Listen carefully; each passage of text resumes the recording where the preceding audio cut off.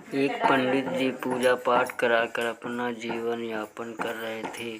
पूजा पाठ कराकर उन्हें जो पैसा मिलता उनमें से कुछ पैसा वो कई वर्षों से जमा कर रहे थे कि एक दिन वो 4 धाम यात्रा पर जाएंगे। कई वर्षों बाद उन्होंने अपने जमा किए हुए पैसों को गिना तो उन्हें पता चला कि काफ़ी पैसा जमा हो चुका है और अब वह 4 धाम यात्रा कर सकते हैं। लेकिन उसी समय गांव में भीषण बाढ़ आया था और गांव के बहुत से गरीब लोगों बेघर और असहाय हो गए थे। पंडित जी ने देखा कि गरीब लोगों के पास ना तो रहने की व्यवस्था है और ना ही खाने की व्यवस्था है। पंडित जी के पास मंदिर के पीछे काफ़ी जगह थी। उन्होंने अपने पास जमा सारे पैसे उन बेसहारा हो चुके गरीब लोगों की सेवा में लगा दिए और उन्हें रहने का स्थान दिया तथा 2 समय के खाने की व्यवस्था भी की। उन्होंने 4 धाम यात्रा के सपने छोड़ दिए।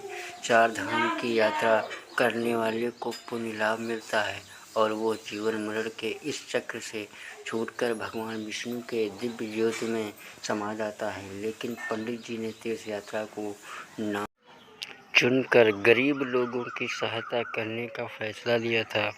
उनकी मृत्यु हो जाने के बाद जब देवदूत उनकी आत्मा को इस लोक से दूसरे लोग ले जा रहे थे तो उन्हें संदेह था कि पंडित जी को किस लोक भेजा जाए, क्योंकि देवदूतों के पास जो कर्म लेख था उसमें पंडित जी की तीर्थ यात्रा का वर्णन नहीं था। इसलिए वो पंडित जी की आत्मा को वैकुंठ नहीं ले गए और अपनी शंका का समाधान हेतु यमराज के पास गए और उनसे पूछा कि भगवान पंडित जी को किस लोक भेजा जाए।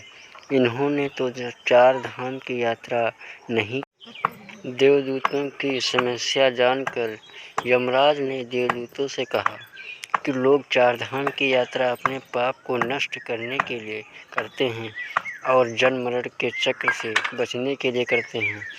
इतने महत्वपूर्ण इस यात्रा को न करने का फैसला कर पंडित ने लोगों की सेवा करने का फैसला लिया और यह गुण किसी सच्चरित्र और निष्पाप आत्मा वाला व्यक्ति ही कर सकता है। इसलिए पंडित जी के लिए वैकुंठ के दरवाजे उनके स्वागत के लिए खुले हुए हैं और उनके इंतज़ार में हैं। इसलिए पंडित जी का सही स्थान वैकुंठ ही है।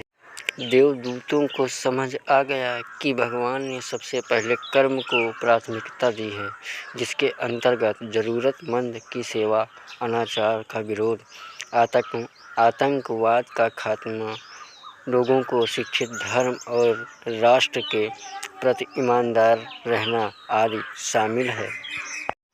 दोस्तों, अगर कहानी पसंद आई है तो चैनल को सब्सक्राइब कर लें और ऐसी कहानियाँ सुनने के लिए हमारे चैनल को सब्सक्राइब करें, लाइक शेयर कमेंट करें। जय श्री कृष्ण, राधे राधे।